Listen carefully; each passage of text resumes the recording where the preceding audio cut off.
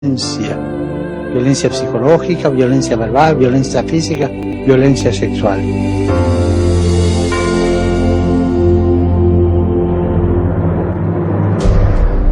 Es impresionante el número de mujeres golpeadas, ofendidas, violadas.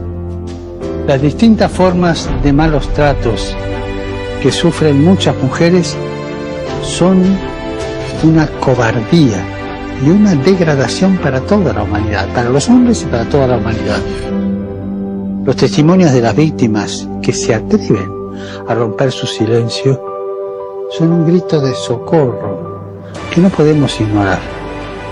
No podemos mirar para otro lado.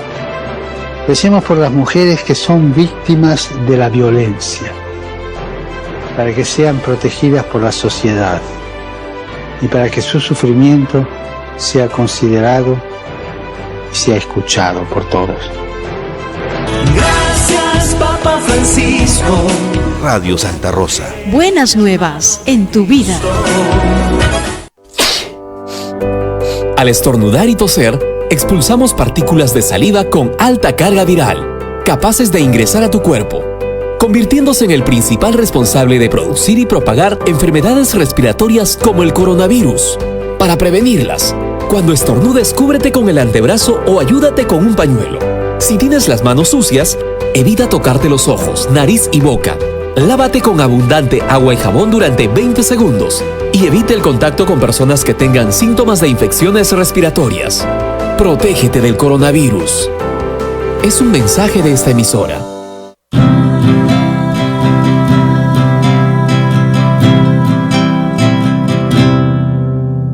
Radio Santa Rosa está, la primera radio católica de nuestra comunidad. Radio Santa Rosa, consuelo y paz. Radio Santa Rosa. Para el Perú y el mundo, Santa Rosa. Buenas nuevas en tu vida. Radio Santa Rosa, consuelo y paz. Radio Santa Rosa. La Sociedad Dominica de Medios de Comunicación, Sodomco, presenta A Pensar Más con Rosa María Palacios.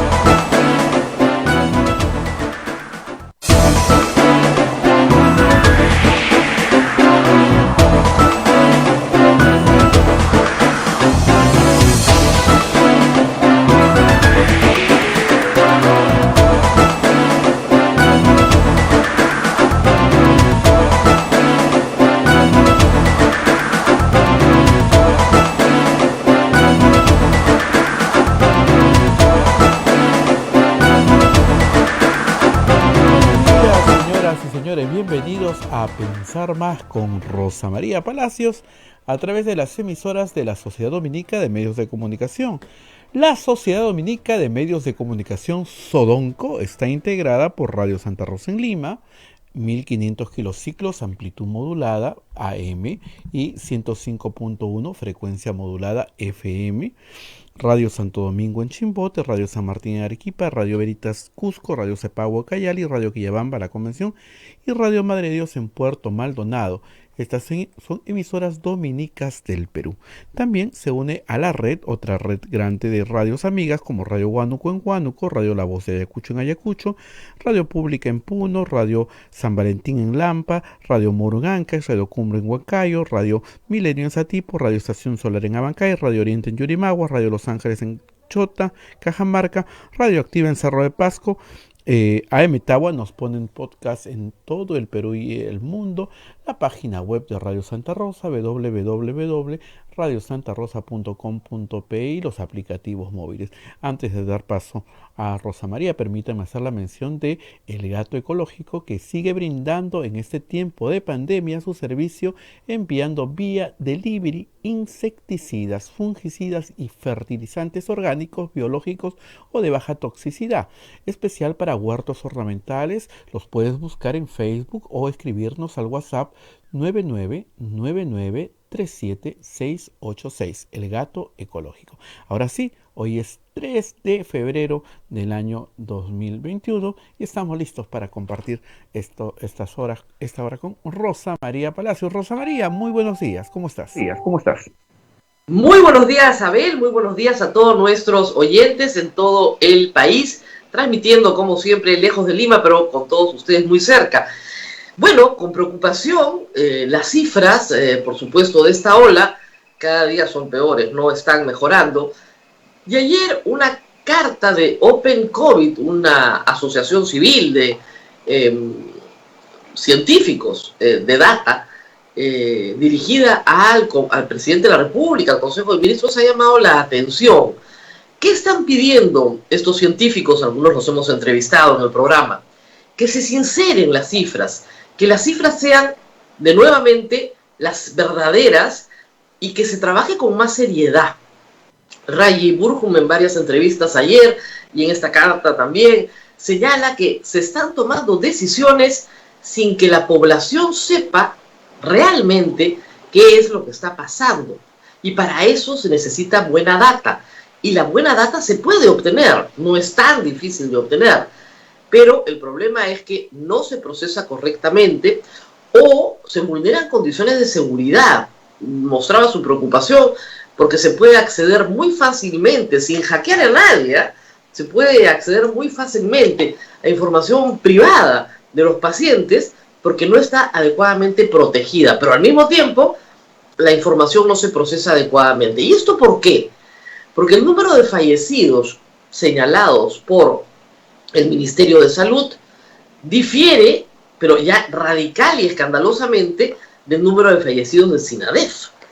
SINADEF reporta ayer un número de 900 fallecidos y MINSA, en su sala situacional de COVID, habla de 179. Es una diferencia muy grande como para no llamar la atención, como para no decir, oigan, ¿qué está pasando acá? Estamos alcanzando la cumbre de la primera ola ya. Muy pronto, habíamos empezado así el lunes, pero ya estamos pasándola en SINADEF, en el caso de SINADEF ya estamos alcanzando la cumbre. En el caso del Ministerio de Salud ya la pasamos hace rato, pero en todo caso se necesitan cifras ciertas, porque las medidas se toman de acuerdo a la gravedad de la data. ¿Cómo saben las regiones que no están en la situación extrema, que están en alto o muy alto? ¿Cómo saben que están en alto, muy alto y no en extremo, si no hay buena data? La fórmula polinómica que el presidente anunció, ¿se acuerdan ustedes? En una también conferencia muy confusa, donde presentó los 4 niveles, esa fórmula incluía varios factores, ¿no es cierto? Número de contagios, positividad PCR, el PBI. Bueno, ¿cuál es la fórmula? Nadie conoce la fórmula. Conocemos las variables, no muy detalladas, pero no conocemos los pesos que tiene cada una de esas variables en la fórmula. O no hay fórmula, ¿no es cierto? Entonces están pidiendo transparencia en las cifras nuevamente, no es la primera vez. Acuérdense ustedes, en abril del año pasado, en mayo del año pasado, con el entonces ministro Zamora, que acusó duramente a de los reporteros, que reveló que las cifras del Ministerio de Salud eran falsas, y lo eran, y lo siguen siendo hoy, ¿no es cierto? Siempre lo fueron. Los acusó de bajarle la moral al personal de salud, por decir la verdad. Más bien, el personal de salud quiere que se sepa la verdad. ¿Para qué? Para que usted se cuide, para que el Estado mande más oxígeno, más médicos, para que se compren más ventiladores. O sea, necesitamos saber la verdad. Sin la verdad es imposible tomar decisiones que afectan a millones de peruanos. Entonces ahí hay una primera crítica, y creo que una crítica válida y seria, a la necesidad. Estamos supuestamente ya 2 meses en otro gobierno, aunque sea la misma ministra, pero en otro gobierno que se supone que va a trabajar con otras normas. Bueno, muy bien, entonces que tengan un manejo serio de las cifras, que sinceren nuevamente el número de fallecidos. No es normal para un país como en el Perú que en un solo día mueran 900 personas. ¿no es cierto? El promedio regular de muerte en el Perú ha sido 300 personas. Esas 600 personas en exceso, no puede ser que solo 179 sean de COVID. No tiene ningún sentido. ¿Se dan cuenta? Están manejando la data mal.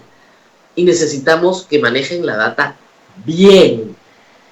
El exceso de muertes es brutal en este momento. Y no tenemos una respuesta. De nuevo. ¿Y acuerdan ustedes que en agosto nos dijeron que no había habido mala intención, que era un problema burocrático? Se sinceró un poquito. ¿Se acuerdan que de un día para otro tuvimos 5.000 muertes? Ya, muy bien. Bueno, parece ser que llegó la hora de hacer de nuevo lo mismo. Porque no es verdad que hayan muerto 40.000 personas de COVID. La verdad es que probablemente han muerto ya 100.000 personas de COVID. Esa es la verdad. Estamos hablando de otras cifras, de más del doble. Un cálculo conservador lo pone en 90.000, un cálculo menos conservador lo pone en 100.000. Estamos pasando las 100.000 muertes por COVID antes del año. Y eso las personas tienen derecho a saberla, aunque sea por la memoria de sus muertos, ¿no? Tenemos derecho a saber la verdad. Esperamos, pues, que el gobierno entienda, en esta caída en la popularidad que está teniendo, que ocultar las cosas no le va a servir absolutamente de nada. Y que al presidente Sagasti lo van a agarrar de piñata todos los candidatos. No les queda la menor duda. Porque siempre es bueno conseguir un culpable, ¿no es cierto? Entonces, como el culpable es Vizcarra, entonces Sagasti y Vizcarra es lo mismo. Ayer nos decía el candidato Rafael Santos, son lo mismo. El gobierno de Vizcarra era morado. Entonces, ¿el gobierno de Vizcarra era morado? ¿En serio? ¿De verdad? Bueno, no sé. Entonces, hay un intento de desprestigiar al contrincante. El problema es que el contrincante Guzmán está en campaña y Sagasti no está en campaña. Y es el que tiene que dirigir el Perú. Espero que se den cuenta, ustedes son sabios para eso del truco, ¿no? Es un viejo truco en política. No sé si funciona esta vez. Pero lo cierto es que tenemos que tener más cuidado con las cifras. Al margen de las peleas políticas, lo importante es saber cómo se toman las decisiones. Y es probable, como les dije, que con estas cifras, el próximo lunes, o sea, no este lunes que viene, sino el siguiente, cuando se venzan los 15 días, pues por supuesto vamos a seguir con las mismas medidas, o tal vez más severas, no lo sé. Pero nos tienen que dar la información. O que otras regiones que no están en la situación extrema pasen también a la situación extrema. Pero eso lo podemos saber con data cierta. No con lo que están manejando en este momento, que no tiene ningún sentido, la verdad. La positividad sigue siendo altísima en las pruebas que se están tomando. Entonces, ahí hay finalmente que tomar decisiones. Y las familias y las empresas también toman decisiones. Y toman decisiones sobre la base de información. Así que necesitamos información más cierta. Es un bien público. La información es un bien público. Así que esperemos que nos entregue el Estado la información que necesitamos. Y que explique y que justifique sus decisiones. Vizcarra sigue en campaña. Es la noticia de esta mañana. La resolución del Jurado Electoral Especial ha determinado que el señor Vizcarra sí puede seguir en campaña. Parecía que estaba más o menos cantado, ¿no? Pero ha sido celebrado por sus partidarios. Así que la omisión en la hoja de vida de cierta información no es del todo relevante cuando esto se puede subsanar. Parece ser hasta ahora la jurisprudencia de los jurados electorales especiales. Hay que señalar también que tenemos noticias parlamentarias. Malas, por supuesto. No han esperado ni un día, llegaron y ya están. Se reinició la legislatura. Primer acto, denunciar a Alberto Belaunde y a Daniel Olivares ante la Comisión de Ética. Alberto Belaunde, ¿por qué? Se lo resumo. Por no ser golpista, porque no es de la collera golpe, ¿no? Básicamente por eso. Los otros 105 golpistas, que están francamente asustados de que el Partido Morado u otros lleve una cantidad significativa de personas al Congreso y que se abran los procesos por sedición que merecen, por sediciosos y por golpistas, ha decidido llevar al señor Alberto Belaunde a la Comisión de Ética. ¿Qué falta ética ha cometido el señor de Belaunde? Preocuparse por sus electores. ¿Perdón? Sí, entre el 9 y el 14 de noviembre, y sobre todo la noche del 14 de noviembre pasado, en el Perú hubo una excesiva represión policial, excesiva y no acorde con el uso de la fuerza, que dejó a 2 chicos muertos, a más de 200 detenidos y a muchas familias buscando a sus hijos durante toda la noche. Los encontraron a veces 24 horas después, a veces 48 horas después.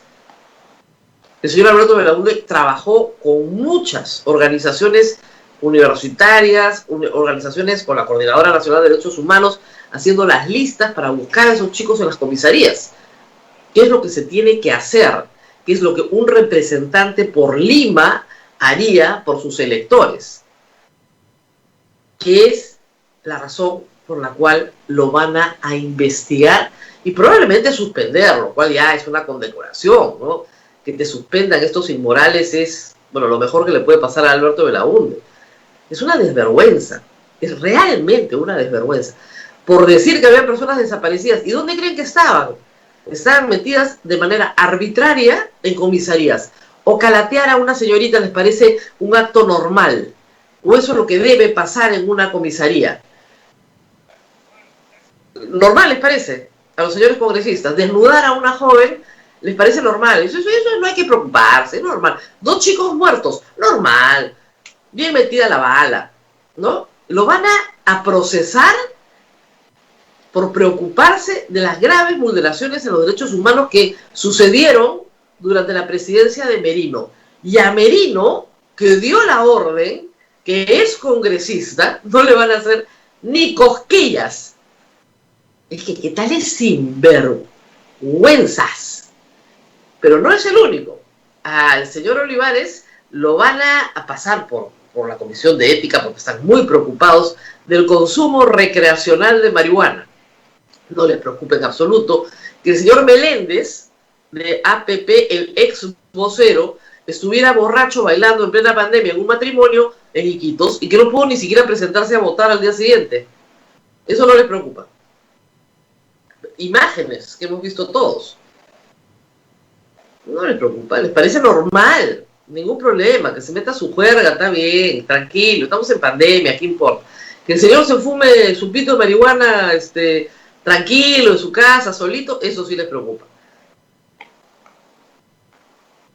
La verdad, francamente, es una vergüenza. Y es una vergüenza porque no tienen ética. El Congreso se ha convertido en una institución anética, o si quieren, amoral, sin moral. No es que sean inmorales, ya son amorales. No distinguen el bien del mal. Yo lo he dicho hace meses, ¿eh?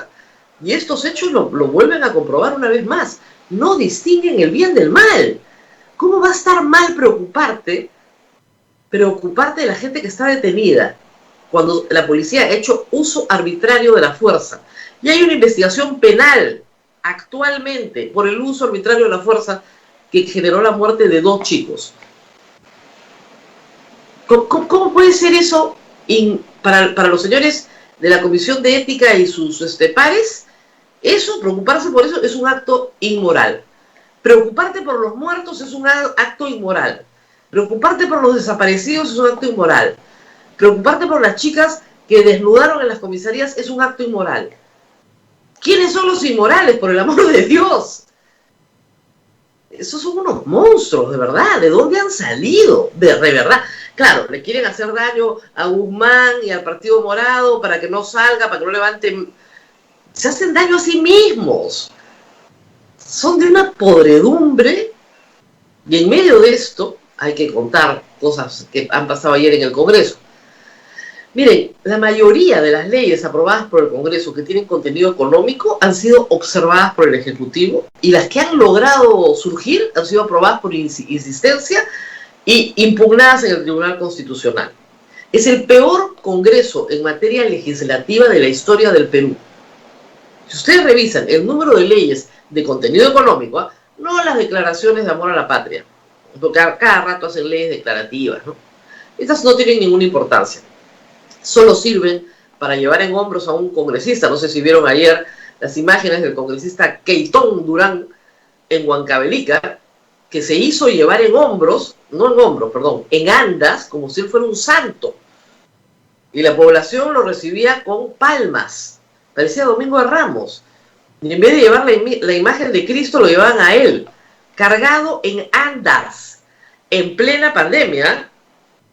En plena pandemia. Está prohibidísimo las celebraciones religiosas. Claro, él no era una celebración religiosa, sería una celebración cívica, pero el santo era él. Y no lo centraron sobre un burro como a Cristo, sino lo centraron sobre un caballo después. ¿Saben por qué era todo esto? Por la creación del distrito. Pobre gente, como si la creación del distrito les asegurara el progreso. Si fuera así, pucha, cada manzana la convertimos en un distrito y todos progresamos, pues. Pero claro, la vida está hecha de ilusiones. Pero en fin, al señor Keyton Durán, por hacerse cargar en andas como si fuera Cristo, tampoco a la Comisión de Ética le parece normal, le parece muy bien, le parece estupendo que viole todas las normas sanitarias de la pandemia, le parece bacanudo, ningún problema. Así estamos, pues. Pero en medio de todo, como les decía, ¿qué creen que aprueba ayer la Comisión de Transportes y Comunicaciones? Una línea aérea de bandera para el Perú. Yo veía, y primero, obviamente no conocen la Constitución, y si la conocen no les interesa, ¿no? La Constitución dice claramente que el Estado peruano solo tiene actividad empresarial de manera subsidiaria, es decir, cuando los privados no pueden prestar el servicio. ¿Ok? Muy bien. Cuando los privados no pueden prestar el servicio, el Estado presta el servicio. El transporte aéreo está bien cubierto. En este momento, bien cubierto por el sector privado. Que además, si no se han dado cuenta en el Congreso, porque no mirarán por la ventana, está quebrado. Todas las líneas aéreas del planeta están quebradas. ¿Saben por qué? Porque hay cuarentena, porque la gente no vuela. O sea, ¿qué nivel de seso tienen en esa comisión? ¿No leen el periódico? No se puede volar. Seguramente habrán dicho, claro, hacemos una línea de bandera y a los congresistas nos dan pasajes gratis. Porque ese es el nivel de la transacción mental, ¿no? Claro, para que podamos volar gratis, a los congresistas y a los excongresistas, claro, nos dan pasajes gratis de por vida y tenemos nuestra línea de bandera para ahorrarnos el pasaje. Ese es el nivel mental. Entonces quieren meter algo así como 70 millones de dólares para hacer un negocio que está quebrado en el planeta entero y también en el Perú, donde están despidiendo personal, donde la gente se queda sin trabajo, donde los pilotos no vuelan, donde el personal administrativo no vende un pasaje, ahí quieren hacer una línea de bandera. Una maravilla. Pero de verdad, o sea, ¿cuál es el IQ del Congreso? ¿Cuál es? O sea, ¿qué examen dan que no sea el del voto popular? No pueden ser pero tan burros, de verdad. Un poquito o sea, lean el periódico. Línea aérea de bandera. Entonces, entre la brutalidad y la mezquindad, ahí tienen el resultado. Pero miren, no hay mal que dure 100 años. El 11 de abril tenemos la oportunidad de cambiar esto. Y lo podemos cambiar radicalmente. Claro, ustedes dirán, pero son los mismos partidos. Bueno, pues no voten por partidos golpistas, pues, para empezar. Y en segundo lugar, voten por gente que tenga un poco de seso económico y que tenga algún nivel, no digo de instrucción, porque estos congresistas, algunos y muchos, la mayoría, sí tienen instrucción. Pero, de hecho, no voten por nadie que no tenga algo más que quinto y media, ¿no? Hay varios que no tienen sino quinto y media. Entonces, voten por alguien que tenga algo más que quinto y media, ya. Por ahí empecemos. Pero incluso los que tienen algo más que quinto y media, o tienen mezquindad política, que es una enfermedad horrible, que yo le he visto durante muchísimos años, y florece en campaña. La campaña, siempre le digo a Abel, la campaña a mí me gusta porque es un observatorio de la bondad y de la maldad humana. Saca lo peor de las personas. Personas que tú conocías como ecuánimes, tranquilas, ponderadas, ¿no? Se convierten en el demonio de Tasmania. Le sale el matón, el gritón, es una cosa espantosa. Pero también hay actos de bondad. Hay gente que está dispuesta a sacrificar una candidatura sin ningún problema por sus principios. Son pocos, pero hay, ¿eh? y se observa, como les digo, lo mejor y lo peor de la naturaleza humana. Pero, ustedes el 11 de abril, y a eso voy, tienen la oportunidad de cambiar esto. Nunca hemos tenido la oportunidad en tan corto plazo. Tenemos la suerte de que el 11 de abril no votemos por estos partidos golpistas. Y no votemos por gente que hace las barbaridades que estamos viendo. O sea, imagínense ustedes un proceso ético por preocuparte por el prójimo.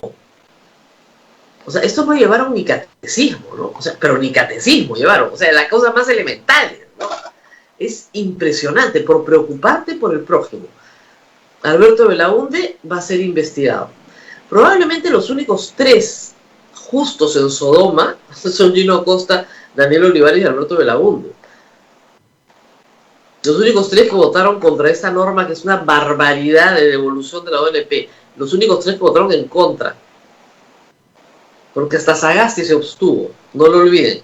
Los únicos 3, ya, de esos 3, a 2 lo van a investigar en ética. Basta que sea bueno para que lo destruyamos. Eso se llama el Congreso del Perú hoy. Eso es el Congreso. Y por supuesto a Merino ni lo tocan. Porque claro, todos son compañeros de viaje, ¿no? El presidente que tenemos hoy es fruto del Congreso, ¿ah? O sea, tampoco se hagan los locos. El presidente que hoy gobierna el Perú es hijo del Congreso. ¿No les gusta? ¿Ustedes lo pusieron ahí? Ustedes lo pusieron ahí porque sabían que la calle no les iba a aguantar poner a un presidente golpista de alguna de sus bancadas golpistas. Eso es lo que son, golpistas. Y me hace mucha gracia cuando tenemos acá personajes políticos que dicen, no, no fue un golpe de Estado, fue absolutamente constitucional. Todos sabemos que fue un golpe de Estado. Y los que lo niegan, es igual, cuando se disolvió el Congreso constitucionalmente, había un montón que gritaba golpe de Estado. Terminamos en el Tribunal Constitucional y no fue un golpe de Estado. Esta vez el Tribunal Constitucional no ha dicho nada, se ha lavado las manos, que es diferente. Se han hecho los locos porque no tienen los pantalones para explicarle a todo el Perú que hemos sido víctimas de un golpe de Estado. Pero lo hemos sido, pues. ¿Ustedes pueden cambiar todo esto? Por supuesto que lo pueden cambiar. El 11 de abril pueden cambiarlo todo. No va a mejorar la pandemia, ojo. Pero sí podemos tener mejores políticos a partir del 28 de julio que no hagan las tonterías que han hecho estos en plena pandemia. Siguen haciendo estas tonterías en plena... O sea, no tienen conciencia ni siquiera del dolor, de la tragedia que está viviendo el país. No tienen ninguna conciencia. Línea aérea de bandera, meter a ética a Alberto Belaúnde. En esas cosas están preocupados, ¿no? Y hay que ver los tweets de ex congresistas que dicen, sí, Alberto Belaúnde ha desprestigiado al país al decir que hay desaparecidos. ¿Ah? ¿Quién desprestigió al país? Los golpistas en plena pandemia.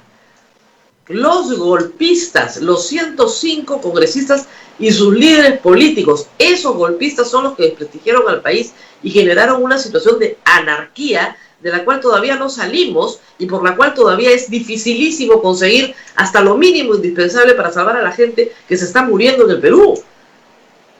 Asuman su responsabilidad. ¿Por qué creen que la gente los detesta? Por la culpa de los medios de comunicación. No, por la culpa de sus ambiciones, de su mezquindad, de la porquería humana que tienen adentro y que la han comenzado a esparcir desde el año pasado.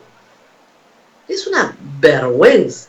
En fin, antes de irnos con un invitado que postula al Congreso, mencionar que ayer sucedió una cosa notable, que una abogada renuncia a la defensa en plena audiencia. Es algo que no es común.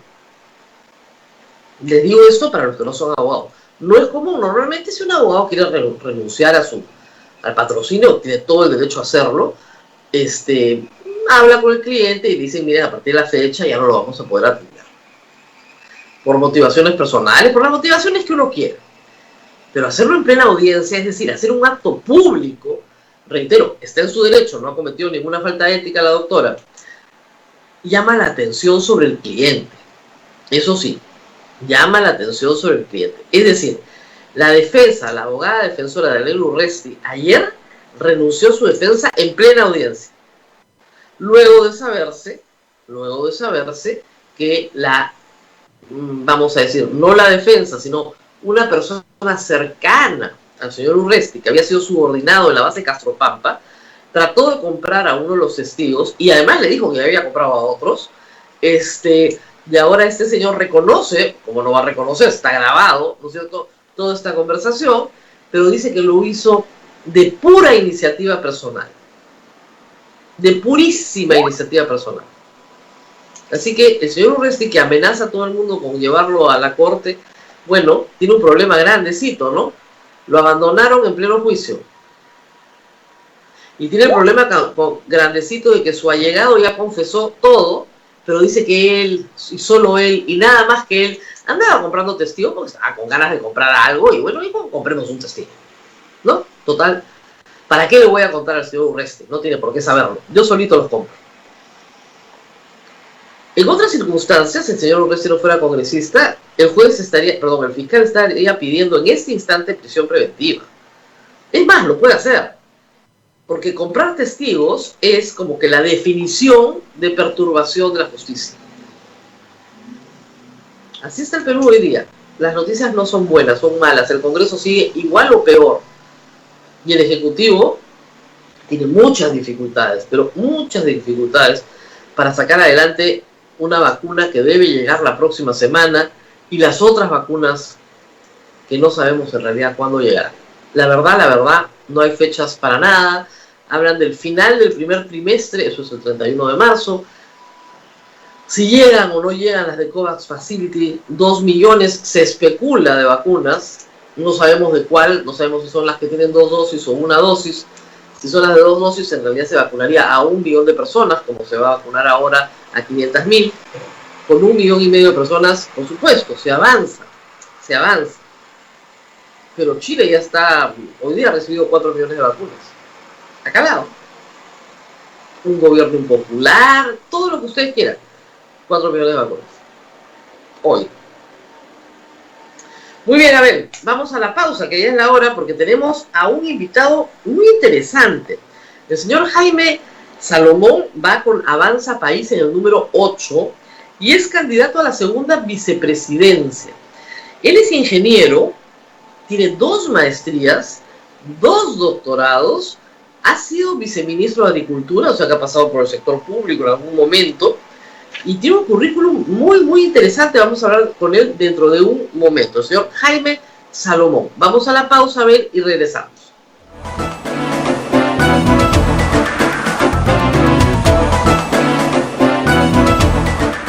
Sodomco, Sociedad Dominica de Medios de Comunicación.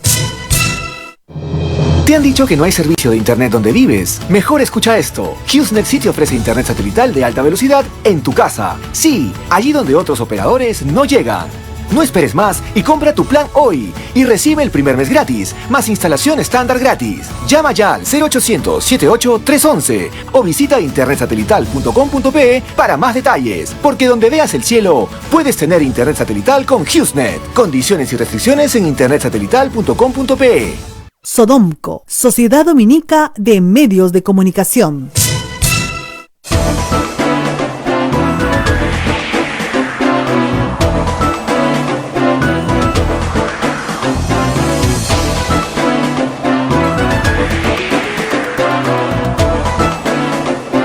Continuamos con A Pensar Más a través de las emisoras de la Sociedad Dominica de Medios de Comunicación. La Sociedad Dominica de Medios de Comunicación está integrada por Radio Santa Rosa en Lima, Radio Santo Domingo en Chimbote, Radio San Martín en Arequipa, Radio Veritas Cusco, Radio Cepagú Cayari, Radio Quillabamba en La Convención, Radio Madre de Dios en Puerto Maldonado. A esta transmisión se une Radio Huánuco en Huánuco, Radio La Voz de Ayacucho en Ayacucho, Radio Pública en Puno, Radio San Valentín en Lampa, Radio Moro en Ancas, Radio Cumbre en Huancayo, Radio Milenio en Satipo, Radio Estación Solar en Abancay, Radio Oriente en Yurimaguas, Radio Los Ángeles en Cajamarca, Radio Activa en Cerro de Pasco. AM Tagua nos pone en podcast en todo el Perú y el mundo, y todas las redes sociales y la página web de Radio Santa Rosa, www.radiosantarosa.com.pe. Rosa María ya se encuentra con el señor Jaime Salomón, candidato de Avanza País con el número 8 y también candidato a la segunda vicepresidencia de la República. Adelante, Rosa María. Muy buenos días, señor Salomón. Gracias por estar con nosotros. Rosa María, un gusto estar con ustedes y con todos los seguidores de la radio a nivel nacional. Bueno, estaba examinando su hoja de vida y la verdad que es impresionante. Usted es ingeniero industrial por la Universidad de Lima, es también máster en administración por la Universidad del Pacífico y tiene un doctorado por la Universidad Católica. Ha pasado por las 3 universidades más grandes privadas del Perú. También tiene una maestría en Maastricht en gestión y también me parece que tiene 2 maestrías y tiene un segundo doctorado. ¿Por qué decidió hacer una carrera académica tan intensa? Cuéntenos un poco de eso. Rosa María, primero te digo, me hubiera gustado estar en el local de la radio, porque no solamente la infraestructura y también el nombre hacen recordar a mi colegio, Santa Rosa de Chosica. Es ahí justamente donde aprendí el valor de la educación, también liderado por mi padre y mi madre, que me lo inculcaron desde pequeño. Y es verdad, la educación es lo que saca a las personas y lo que sacará al Perú del estado en que se encuentra. ¿Y por qué? Porque la política peruana, los políticos tradicionales, como referías hace unos minutos, ellos piensan A, dicen B y hacen C. No podemos poner a liderar un país a personas que ni siquiera qué saben hacer con el barco de su vida. Necesitamos políticos que tengan trayectoria, conocimientos y experiencia, pero Rosa María, comprobados, de tal manera que puedan dirigir el barco llamado Perú. Esta vida académica, sin embargo, lo ha hecho también ser profesor universitario. Es profesor en Centrum, en la USIL. ¿Hace cuántos años es profesor universitario? Como profesor, 33 años, Rosa María. He estado en varias universidades. Tuve el honor de estar también dictando en la Universidad Nacional Mayor de San Marcos. Y es porque me gusta enseñar lo que he aprendido. A los jóvenes les enseñaba cómo emprender negocio, cómo hacer empresa. A los más grandes les enseñaba sobre gestión y dirección de organizaciones. Y hay que recordar que el Perú es una gran organización. Y ya el doctorado enseño estrategia, globalización y también enseño temas relacionados a geopolítica y liderazgo global. Su vida laboral en el sector privado, después hablaremos de su breve paso por el sector público, ha estado siempre en la industria de alimentos, ¿verdad?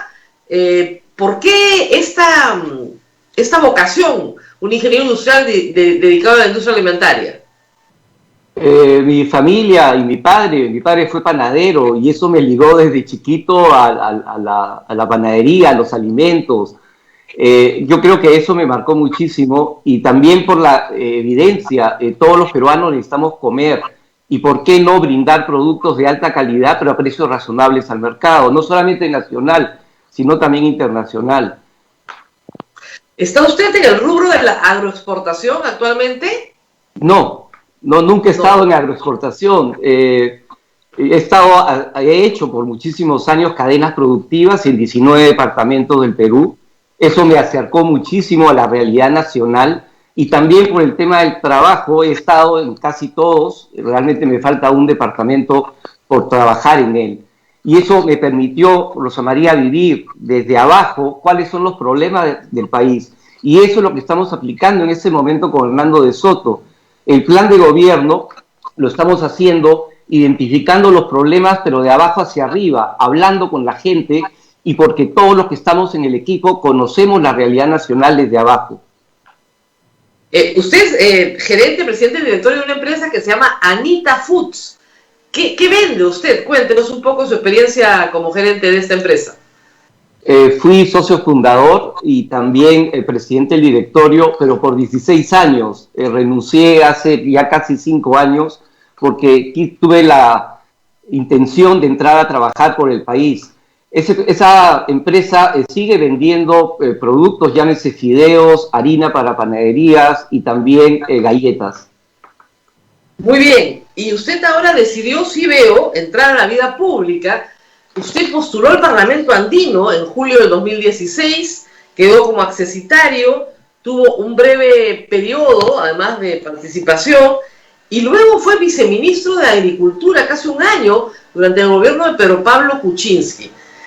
Para una persona que ha tenido tantos años en el sector privado y en el mundo académico, pasar por el sector público puede ser un tremendo shock. ¿Qué aprendió usted de su paso por el sector público? Estuve pocos meses realmente como parlamentario andino accesitario. Conocí de cerca la función del Parlamento andino, pero también la interacción que hacen los parlamentarios andinos con el Congreso de la República, no solo del Perú, sino de los 5 países miembros. Ahí, sabiendo que el tiempo era corto, me dediqué a entender cómo funcionaba y a trabajar y a hacer proyectos, que en el caso del andino no son leyes, sino son marcos normativos. En el Ministerio de Agricultura entendí cómo funciona el Ejecutivo, por todas las relaciones y todo el trabajo que tiene que hacer un viceministro, que realmente es un trabajo muy técnico, más que político. Me permitió entender también cómo funciona la relación con los gobiernos regionales y locales. Estando ya después, me piden que esté como presidente del directorio de una de las empresas del grupo FONAFE, la que ve el tema eléctrico en el 37% del país, en la selva me refiero. Igual, en los 4 departamentos se hicieron coordinaciones con gobernadores, alcaldes provinciales, distritales, autoridades, ministerios, el legislativo, de tal manera que he podido tener en los últimos 4 años, en estos cortos periodos de tiempo trabajando por el Estado, un real entendimiento de cómo funciona el Estado. Y eso, claro, pero no, saber cómo estamos, permite saber cómo estamos y cómo debiéramos estar. Identificar la brecha, y esa es la brecha en la que tenemos que trabajar. ¿Pero no le generó una enorme frustración? Sinceramente, Rosa María, sí, porque no funciona como en el mundo privado, pero te puedo decir una cosa, el Estado necesita urgentemente una reestructuración, porque no es posible que no se pueda gestionar y dirigir de manera apropiada. Primero, se requiere reestructuración de cómo funciona, pero también se requiere una reestructuración de las personas. Necesitamos personas que no tengan miedo a firmar, que no pongan proyectos de gran importancia en el congelador, sin pensar que eso va a generar un gran beneficio en la población. Rosa María, con Hernando y con el equipo hemos identificado proyectos que el día de hoy están estancados, paralizados, por cerca de 960 millones de soles, que si eso se destraba, ahora, significa 8 veces más el presupuesto nacional para el 2021. Vamos por partes en esto. ¿Desde cuándo milita usted en Avanza País? Desde, si no me equivoco, de hace unos meses, septiembre del año pasado. Usted acá, ¿y cómo llegó a Avanza País? Por una invitación de Hernando de Soto a participar en estas elecciones, acompañándolo como vicepresidente, segundo vicepresidente y también al Congreso de la República. Muy bien, o sea, usted llegó invitado por de Soto, usted no conoce bien a la gente del partido, digamos. He tenido la oportunidad de en este periodo de tiempo conocer a algunas de las personas que están dirigiendo el partido. ¿Eso no le parece un poco improvisado? O sea, finalmente son muy pocos meses para prepararse, para dirigir un país. Usted va a ser vicepresidente del Perú. ¿No le parece que hay una cuota de improvisación muy grande en este caso? En general yo consideraría que sí, y sí porque debiéramos cambiar un poco las normas. Ya con el cambio de leyes que han habido, esperemos que para el próximo proceso electoral todo sea a través de militantes y a través del voto del militante, de tal manera que se elija a las personas que han hecho militancia. Pero, Rosa María, para eso necesitamos partidos con ideología, y lamentablemente yo ahora, 2021, ya no encuentro ningún partido con ideología, y es lo que se debería construir. Claro, pero ni siquiera Avanza País. Avanza País es un cascarón. Avanza País sí, nació bajo un punto de vista en la ciudad de Santiago del Chuco, pero ha cambiado en el tiempo, y ahora realmente quien dirige la ideología, que esperemos sea la ideología que persevere en el tiempo, es la de Hernando de Soto y el equipo que lo acompaña. Claro, pero porque Hernando de Soto pudo convencer al propietario del partido de que le permita navegar en su cascarón. Pero eso no es una forma muy, ¿cómo le explico? No es una forma muy ortodoxa de hacer política, ¿no? Es, la verdad, francamente, un problema. Es por eso que es indispensable que en los próximos 5 años se generen partidos con ideología para que en el proceso electoral próximo se pueda elegir dentro de los partidarios que están alineados a una ideología. Eso va a ser un gran cambio. Claro, pero ¿por qué Hernando de Soto, juntamente con las personas que lo acompañan, no sé, lo único que tenía que hacer era lo que hizo el Partido Morado, pues ellos sí juntaron firmas, pero en el último año juntabas tus 28.000 militantes, 24.000 es lo que necesitas, presentabas tus actas, tenías un partido político en el cual además todos compartían la misma ideología, porque, o sea, si a Hernando de Soto le sobra algo, es ideología. Entonces, ¿por qué no hacer un partido liberal? Esa es una muy buena pregunta. La respuesta es sencilla. Hernando de Soto está decidido a trabajar por el país.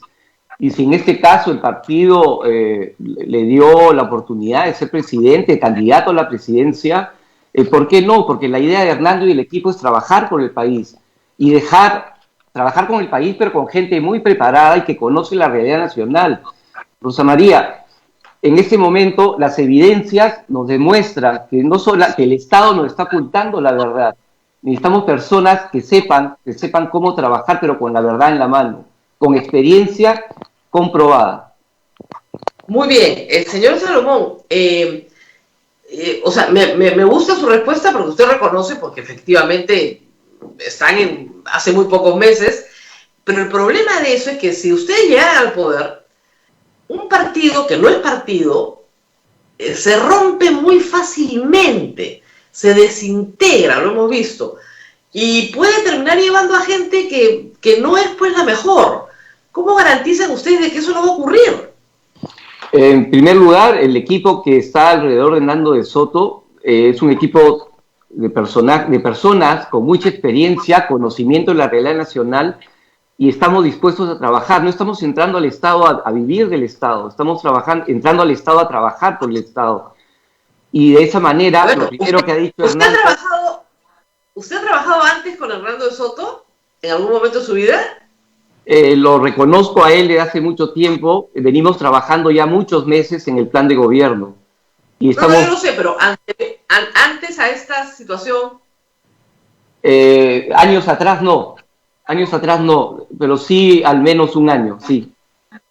¿Hace un año que lo conoce? Que hemos empezado a conversar, sí. Muy bien. Ahora, vamos a sus planes, a qué haría si llegan a la presidencia, y le planteo la pregunta que le planteo a todos los candidatos. Usted es vicepresidente del Perú, conforma pues el equipo de gobierno del señor de Soto y se encuentra el 28 de julio con esta crisis sanitaria. Supongamos que tengamos en ese momento una tercera ola igualita a esta y en las mismas condiciones en las que estamos hoy para poder hacer el ejercicio. ¿Qué harían ustedes? ¿Qué haría usted si fuera el vicepresidente del Perú hoy? Lo primero que tenemos que hacer es gestión. En este momento hay un gran déficit de infraestructura sanitaria, hospitales, postas médicas, atenciones en las comunidades. Eso no existe. Primero, infraestructura. Segundo, dinero para poder atender de manera apropiada al sector.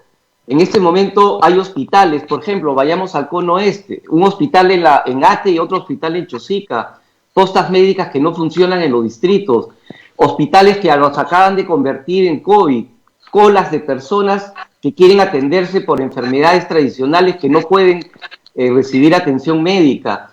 Ese es el gran problema que tenemos, infraestructura, el tema médico. Necesitamos personal médico en mayor cantidad, pero que estén dispuestos, como ahora están a trabajar por los peruanos. Eso no se va a poder lograr, pero necesitamos también planificación. No vemos planificación en este momento en el Estado. No, el problema no solamente es de las vacunas que no han podido comprarlas, el problema va mucho más allá. Bueno, es evidente que hay un problema de gestión. Y eso nos queda a todos clarísimos. El Estado peruano no ha podido pagar el flete de un avión de China al Perú, lo ha tenido que pagar el sector privado. no es capaz de organizar un concurso para el flete. Pero digamos, usted que ha estado en el sector público sabe que eso pasa. La pregunta es, ¿cómo resuelve ese problema? Desde el primer día necesitas trabajar en trazabilidad. Utilizando la tecnología necesitamos hacer trazabilidad y para hacer cuarentenas focalizadas, como se utiliza en otros lados del país, del mundo. Utilizando el teléfono celular podemos saber quién estuvo con quién y si alguien estuvo enfermo o está enfermo, se hacen cuarentenas focalizadas. Rosa María, esta cuarentena, así como la anterior, no han pensado en el 82% de la población, que son informales, que todas las mañanas tienen que salir a trabajar, conseguir dinero, comprar alimentos y regresar a su casa. Esta hay que decirlo, señor Salomón, sí ha pensado, porque construcción civil, que es muy informal si se puede, manufactura si se puede, pesca si se puede, lo que no se puede es comercio, pero las actividades industriales o semi-industriales sí están, agricultura por supuesto, sí están permitidas. No se puede comercio si no es con delivery, pero el comercio informal con delivery también se puede dar. Y de hecho se da, o sea, usted revise las páginas de redes sociales donde se vende de todo en este momento por delivery. Entonces, esta vez no es tan malo como fue el año pasado, eso es verdad, sigue siendo complicado. Pero digamos, el nivel de contagios es brutal. Estamos hablando ayer en el SINADEF de 900 muertos, o sea, estamos hablando de una situación dramática y crítica. No hay tiempo para construir un hospital, no hay tiempo para hacer una posta nueva. ¿Qué harían ustedes? De manera inmediata, yo no esperaría el 28 de julio, Rosa María. Lo que yo propondría en ese momento es que el gobierno actual haga que todo lo relacionado al manejo de la pandemia pase a un comando diferente. Llamémoslo comando de catástrofe, donde no existan decisiones políticas. La decisión política tiene que estar fuera del escenario, porque el costo de vidas que tenemos hoy en el Perú no es posible, y además están afectando ingresos, proyectos y sueños de la población. Las micro, pequeñas empresas informales están en gran problema en este momento. Y como ellos no salen del radar... Claro, pero la gente también está muriendo, señor Salomón. O sea, son las dos cosas, hay que tomar decisiones difíciles. Por eso, con Hernando lo que pretendemos es acercar lo formal y lo informal. Hay que trabajar por los 32 millones de peruanos. Hay que tener un Estado que acompañe al ciudadano para generar emprendimiento, generar desarrollo y generar dinero en el bolsillo de todos. Eso puede ser en la recuperación, estamos de acuerdo, pero ¿cómo acabar con la pandemia? Primero, con gestión. El tema de las vacunas es importantísimo, pero hay que reconocer también que las diferentes cepas que están habiendo y las cepas peruanas que ya existen, que todavía no se informa, eso tiene que transparentarse. El día que se transparente toda la información y nos digan realmente a los peruanos qué está pasando en el país, vamos a tomar más conciencia. Eso con controles focalizados, con el uso de tecnología, con apoyo al sector, vamos a salir adelante. ¿Usted se vacunaría? Yo sí me vacunaría, pero hay que tener en cuenta que la vacuna cubre la cepa original, no cubre las cepas siguientes y menos las cepas que ya han empezado a aparecer, llamadas cepas peruanas. Eso es todavía no hay ninguna información, señor Salomón, no sé cuál es su fuente, pero hasta donde yo sé, las vacunas actuales están cubriendo todas las variantes, porque todavía no tenemos cepas y no tenemos variantes. Ahora, puede ser que la cepa de Manaos sí sea una cepa diferente. Están estudiando eso, pero todavía no se sabe. Justamente esa percepción generalizada que todos tenemos es de desorientación, porque seguimos teniendo a la política metida en el escenario médico. Necesitamos entregar el comando a un comando especial que necesitamos generar logística, recursos, orden, conducta. Pero ¿por qué desconfía de los médicos? De los médicos no desconfío de los políticos que están manejando el tema médico. Okay. Por eso digo, la política debe salir del espectro epidemiológico, el espectro de control sanitario. Necesitamos en este momento... Usted, si fuera vicepresidente y le toca ser presidente del Perú, porque en el Perú pasan esas cosas, ¿no? Usted, y está la doctora Mazzetti, ¿usted cambiaría a la doctora Mazzetti del cargo de ministra de Salud? Rosa María, la ministra Mazzetti o el ministro Eliche, no es posible que se molesten y se paren de la mesa. Ellos aparentemente no recuerdan que están trabajando por el Perú, no es que el Perú trabaja para ellos. Yo formaría un comando, colegio médico, epidemiólogos, biólogos, fuerzas armadas para el tema de logística, privadas para el tema de recursos, varios recursos. Lo más importante es hacer las cosas bien. Cada día que cometen errores le cuesta vida a los peruanos. Esto equivale, Rosa María, a que 2 aviones estén estrellando con pasajeros, pero no por falla del piloto, no por falla del avión, sino por falla del piloto. Muy bien. Ahora, en el caso de que ustedes ingresen al Parlamento, usted va a entrar con el número 8 al Parlamento, hay que también tomar decisiones difíciles en materia legislativa, en temas que se van a plantear en el próximo quinquenio. Y yo sé que usted es una persona culta, instruida y que conoce la Constitución, pero necesito hacerle algunas preguntas de economía. Ayer, por ejemplo, el Congreso, la Comisión de Transportes, ha decidido que el Perú tiene que tener una línea aérea de bandera. ¿Qué piensa de esa iniciativa? Rosa María, a nivel internacional existe la tendencia que todos los países tengan una línea aérea de bandera, pero esa costumbre ya dejó de darse hace muchísimos años. Lo que tenemos que pensar es en el bienestar del país, en cómo aplicar bien el concepto de gasto. Sabemos que el Congreso no tiene capacidad de gasto y lo que ha venido haciendo es legislar sobre temas de gasto y sobre cosas que no son apropiadas. De ahí la gran importancia de tener personas capacitadas, con experiencia, pero comprobadas, que hayan hecho algo por su vida y que hayan hecho algo por el país en el pasado. El colapso económico que tenemos el día de hoy, el gobierno debe buscar mitigar ese impacto de las disposiciones COVID, pero a favor de las micro y pequeñas empresas, por ejemplo. Necesitamos actuar de manera inmediata. O sea, usted descartaría una línea aérea de bandera, devolver los aportes de la ONP. Yo no pondría la línea aérea de bandera, no lo pondría porque no es un tema de prioridad nacional, y más aún, como bien decías, esto no es para que los congresistas hagan de viaje a cada rato, no es así. Si hay un grupo, hay un sector que está satisfaciendo la necesidad, es suficiente. El tema es cuando no existe, el Estado sí debiera entrar a satisfacer la necesidad de ese grupo de la población. El gran problema ahora, Rosa María, es que los peruanos vamos a tener que elegir entre investigados y no investigados, y ten la seguridad que en el Congreso hay mucha gente investigada en este momento. Bueno, y van a estar más investigados probablemente.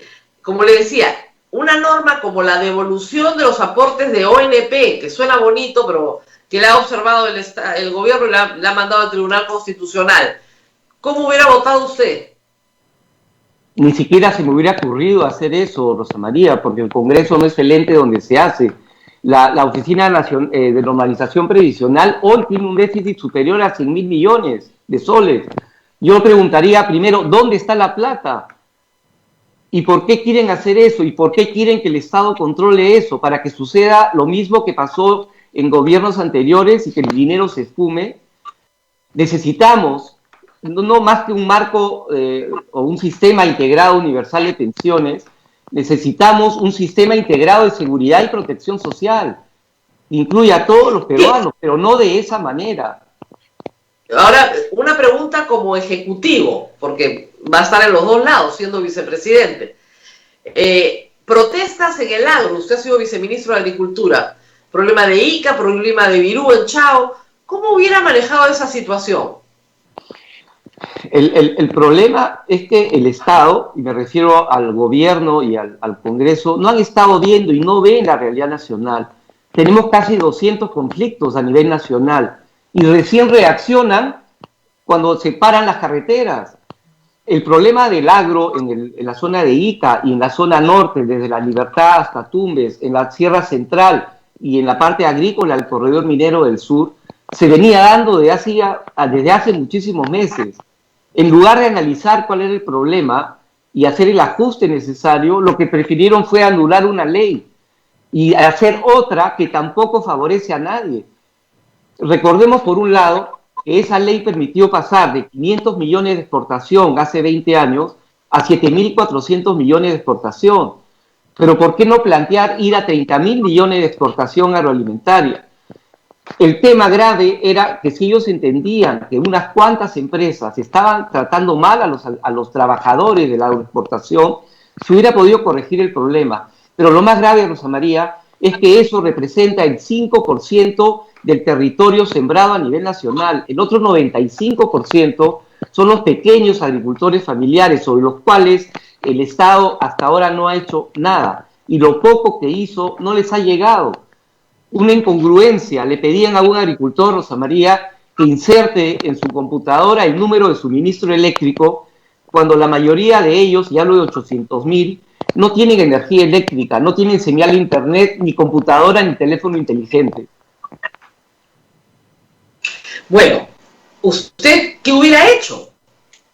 Lo que hubiera hecho y lo que haríamos es estar cercanos a la población, entender que si solucionamos los problemas de la población, no van a darse problemas sociales en el país. Y si se Mire, el problema era político, señor Salomón, el problema fue político. Una vez que derogaron la ley y crearon una nueva, que era igual de mala para ellos, porque además así lo dijeron, ya no tomaron ninguna carretera. El problema era político. El problema son gente que incendió una ambulancia en Ica en plena pandemia. Rosa María. Incendiaron una ambulancia en plena pandemia. Ese es el nivel. Rosa María, el problema, te digo, el problema persiste. El problema persiste a la fecha porque han dado la ley, pero aún no sacan el reglamento. Aún no sacan yo no sé, pero no han vuelto a quemar una ambulancia, entonces por lo menos hemos mejorado algo. La pregunta es, ¿qué haría usted? No se trata de apagar incendios, lo que se trata de tomar decisiones adecuadas para la población. Pero usted no me ha dicho cuál es ¿qué haría usted? En este momento debemos promover un enfoque integral, el tema agrario, juntar lo agrario con lo rural. Hay que trabajar para la visión positiva de la agricultura. Hay que tomar medidas de políticas integrales donde la agricultura esté trabajando de manera matricial con el tema financiero, económico, educativo, comercial. De acuerdo, pero no me dice qué hacer. O sea, su respuesta es la respuesta de un académico, no de un gestor. ¿Qué hacer? Me da el diagnóstico, pero no me da... ¿Qué haría? O sea, una medida que le ponga más plata en el bolsillo a las personas que están trabajando en Ica. En ese momento, para el problema de Ica, lo que debemos hacer es fortalecer el trabajo, exigir que se haga el trabajo del Ministerio de Trabajo, que el Congreso realmente fiscalice, que cumpla con su función fiscalizadora, y que el Ministerio de Agricultura intervenga para entender exactamente cuál es la situación de la gente. Con eso sí se arregla el problema.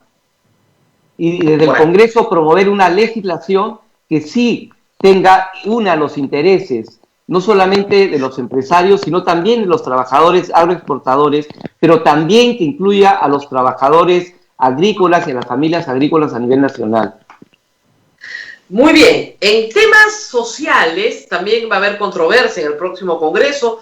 Hay un sector importante de gente que considera que tienen que aprobarse normas para promover o admitir en nuestra legislación el matrimonio de personas del mismo sexo. Sin embargo, creo que en eso ustedes no son muy liberales, ¿o sí son liberales? Si hablamos de matrimonio, yo diría que no.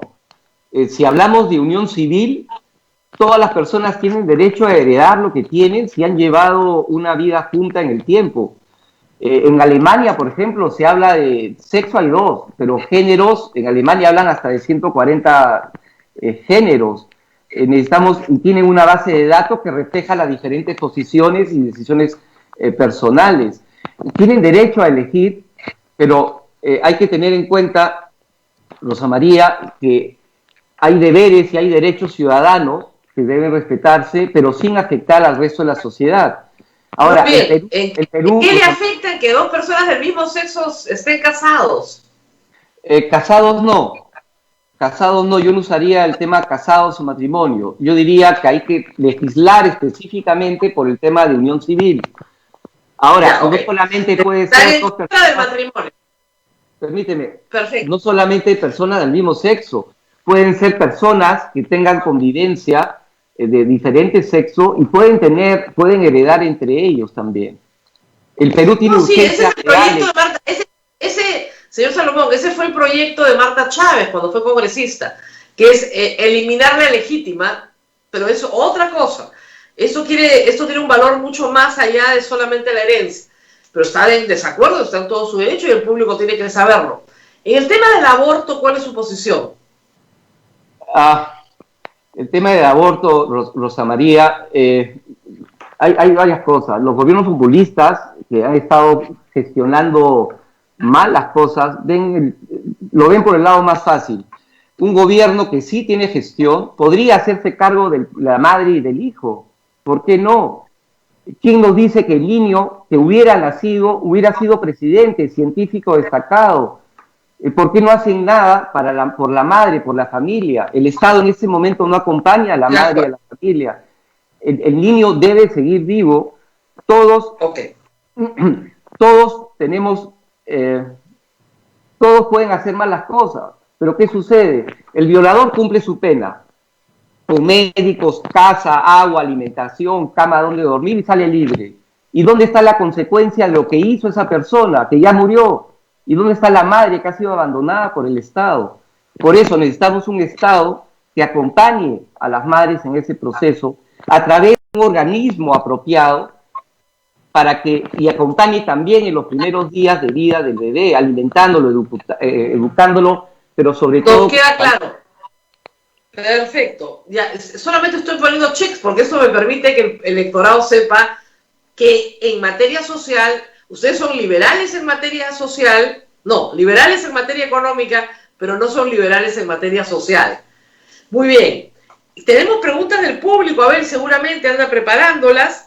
Ya quería preguntarle también sobre la percepción que tienen política de lo que pasó el 9 de noviembre. ¿Para ustedes hubo un golpe de Estado en el Perú o no? ¿O es una sucesión constitucional legítima? Constitucionalmente, lo que hizo el Congreso está bien, me parece. Yo considero que ni Merino ni Sagasti hicieron un golpe, fue constitucional, pero aparece aquí algo interesante, Rosa María, aparece la teoría de los dos bandos. Cuando a uno no le gusta algo, el otro lo acusa, pero después el otro termina sin acusar cuando debe acusar, si son realmente coherentes. Y eso es un gran problema. Es decir, si Merino no hubiera sido electo, si no hubiera sido electo Sagasti, posiblemente hubieran dicho otra cosa. Ponerle título a un golpe de Estado, eso es básicamente cuando se toma el gobierno por la fuerza, un grupo toma el gobierno por la fuerza y con intervención militar generalmente. Y el asunto es que hay que leer la Constitución, candidato, pero en fin, cada uno lee la Constitución como puede y es muy importante en su caso leerla. De acuerdo a nuestra Constitución, sí fue un golpe de Estado, pero usted no ha estudiado Derecho, sino Ingeniería, usted sostiene que no lo es, y esa es la posición de Avanza País, además. Constitucionalmente está bien, es lo que usted ha señalado. Muy bien. Preguntas del público, Abel. Así es, Rosa María. Señor Salomón, ¿qué haría para destrabar la burocracia en nuestro país? Para destrabar la burocracia en el país necesitamos personas que trabajen en el Estado que no tengan miedo de firmar. Y lamentablemente tienen miedo de firmar porque no saben tomar decisiones. Necesitamos gente que sepa gestionar y dirigir organizaciones. Y no solamente en la parte alta de la organización, con presidente y vicepresidentes, también en ministerios, viceministerios, direcciones generales, direcciones a nivel nacional. Y eso también de la mano de gobernaciones y alcaldes distritales y provinciales. El tema humano, el factor humano es importantísimo para poder destrabar proyectos. y son 960.000 soles que hoy tenemos en el país en proyectos trabados.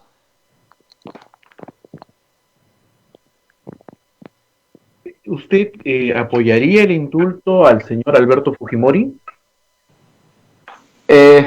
Hablar de indulto a una persona que tiene cerca o más de 80 años es un tema, es una decisión netamente que le corresponde al presidente de la República. Básicamente le corresponde al presidente de la República, pero nuevamente, insisto, se habla de los dos bandos. Primero, existen demoras en inicio de procesos y fallos finales, y eso se presta a declaraciones, impactos mediáticos, y al fin nadie sabe qué está pasando. Pero por otro lado, el indulto es una atribución del presidente que se acostumbraba a otorgar generalmente en el mes de diciembre, e históricamente nadie dijo nada. Le doy un ejemplo: ¿cuántas personas han sido indultadas, terroristas han sido indultadas en la época de Toledo con el ministro García Sayán? Más de 4.000 personas, y nadie dice nada. No, señor. Señor Salomón, eso es falso y sí se lo tengo que corregir. Es falso y es una falsedad, y como acá nosotros no podemos propalar mentiras, sí se lo tengo que corregir. No fueron 4.000 personas. El que indultó a sentenciados por terrorismo fue Alberto Fujimori. Él sentenció a más de 700 personas. El gobierno de Valentín Paniagua a unas 50, y a unas 150 que quedaban, el gobierno de Toledo. 150 versus 700 de Fujimori.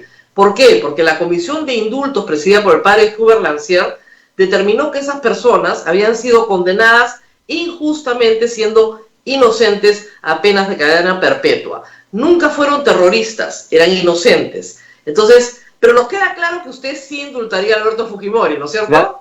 Gracias por la corrección, Rosa María, muchas gracias. El atributo presidencial depende del presidente. El gran problema, Rosa María, es que gran parte de los peruanos ya le han perdido respeto al mandatario y piensan hoy que tiene otros... El problema, señor Salomón, usted postula vicepresidente. Usted va a ocupar en algunos momentos, o podría ocupar, el cargo de presidente del Perú. Entonces la pregunta para usted es válida. ¿Usted lo indultaría? ¿Usted como presidente del Perú lo indultaría? En este momento no lo indultaría, Rosa María.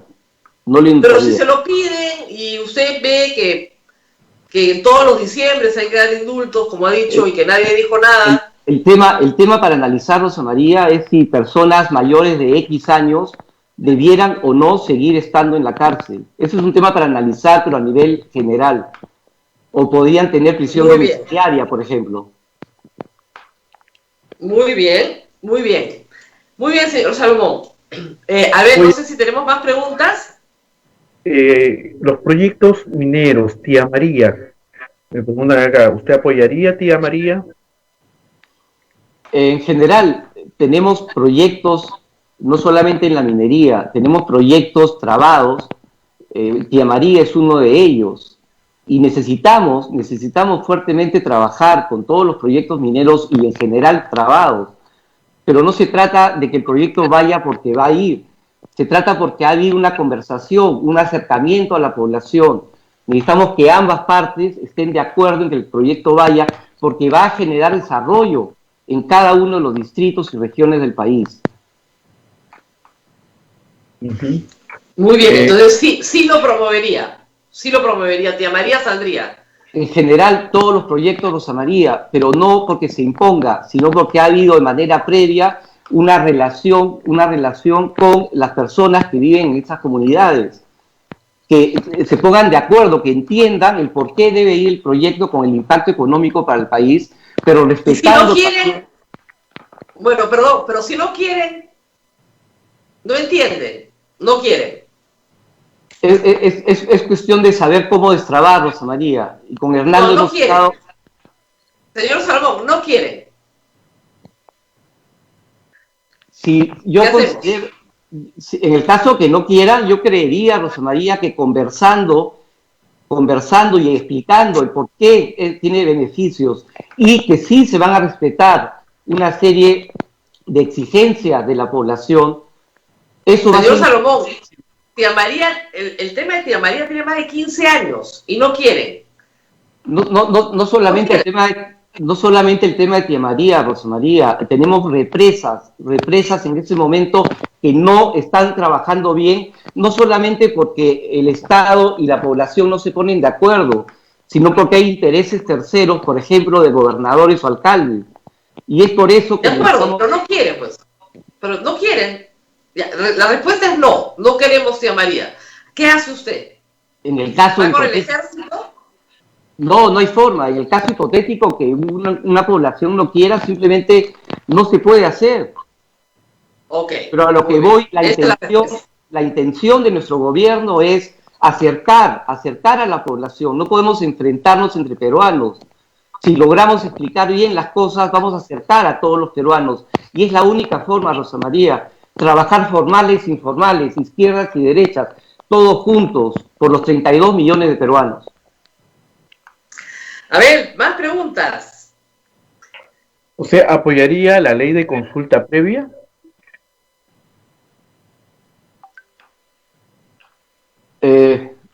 La verdad, yo tendría que enterarme más sobre el tema de la ley de consulta previa para poder responder. No soy abogado y lo importante aquí es que estamos rodeados de un grupo de personas especialistas en diferentes temas para poder dar una respuesta.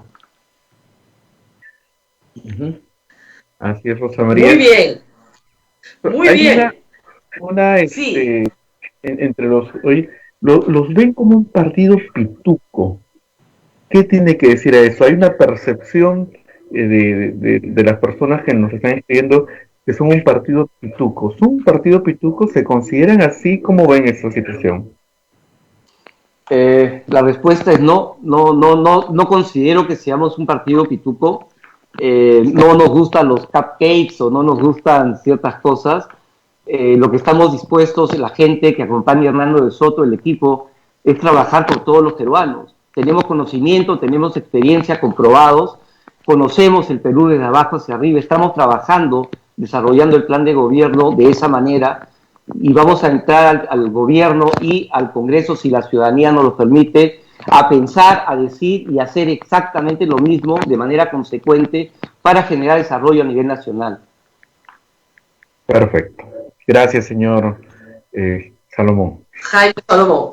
Muy bien, muchísimas gracias al señor Jaime Salomón por haber estado esta mañana con nosotros. Ya tengo una lista así muy cortita de las cosas que ustedes piensan y me imagino que su voz también representa la de su lista, así que muchas gracias. Creo que ya hemos tenido 2 o 3 candidatos de Avanza País, ¿no? 2 por lo menos. No. El señor es el primero de Avanza País. Hemos invitado al señor de Soto, ojalá acepte. Me dice que todavía no está dando entrevistas. Yo espero que pronto pueda estar con nosotros. Es el primero de Avanza País. Ya, el señor Cabero no era de Avanza País también, no. Ya se me confunden, ¿ah? No, pero yo también ya me confundí. No tengo la lista a mano. Sí. Creo que es el segundo de Avanza País. Vamos a ir para los demás candidatos, las demás listas, decirles que también los vamos a invitar. Abel está tratando de invitar a todos los candidatos posibles, porque humanamente no es posible invitarlos a todos, como comprenderán. Muchísimas gracias a Jaime Salomón por haber estado con nosotros esta mañana. Abel, nos vamos despidiendo. Así es. Sin más novedades, mañana regresaremos con más candidatos. Eso ténganlo por seguro. Yo sé que hay otros temas, ustedes me escriben y me dicen, oiga, ¿por qué no se ocupa de esto, de aquello? Bueno, miren, son muy pocas semanas para ir a la elección. El 11 de abril ustedes tienen que votar, entonces tenemos que maximizar nuestro tiempo al aire para presentarles candidatos. Ustedes han podido ver sus ideas. Yo estoy haciendo varias preguntas repetidas a distintos candidatos a propósito, para que ustedes puedan observar las semejanzas y las diferencias, ¿no? Hay una que creo que parte muy, muy bien a los equipos, los que creen que el 9 de noviembre fue un golpe de Estado y los que creen que no, los que dicen que está constitucionalmente correcto, que estuvo bien. Los temas sociales, de derechos humanos, también parten a la gente, como el tema del matrimonio de personas al mismo sexo o el tema del aborto. También tenemos el tema económico, que también genera diferencias y similitudes. Y estas variables, por supuesto, en algunos se repiten, en otros no, en algunos son completamente diferentes y en otras tienen coincidencias en algunas cosas y en otras no. Entonces, de esa manera ustedes pueden tener un mapa más claro o más confuso, si quieren, para los que estén más confundidos, de por quién votar las próximas elecciones. Listo, Abel, nos vemos mañana. Así es, Rosa María, nos vemos mañana y estamos invitando a todos los candidatos. Hay personas que nos escriben, ¿por qué no invitan a tal, a tal? Bueno, algunos sí gustosos de venir, pero hay otros que dicen que no. Y lo vamos a decir, lo vamos a poner ahí para que sepan, no es que uno no los quiere invitar, ¿ah? Los invitamos, así es, pero... después dicen que los medios les quitan apariciones. Bueno, nosotros hacemos lo que podemos, ¿no? Pero si no quieren venir, si quieren iniciar... Y advertirles a los candidatos de nuevo un consejo, ¿no? No se peleen conmigo en Twitter para obtener notoriedad. La gente no es tonta, se da cuenta. Los que han tratado de hacerlo en la elección de enero, tan reciente como enero, no salieron elegidos. Entonces no lo hagan porque les hace daño. Esto es un consejo gratuito de Rosa María Palacios para ustedes. Muy bien. Listo, Abel. Así es, Rosa María, cuídate mucho y nos reencontramos mañana con otro partido político también. Así es. Cuídate mucho. Chao.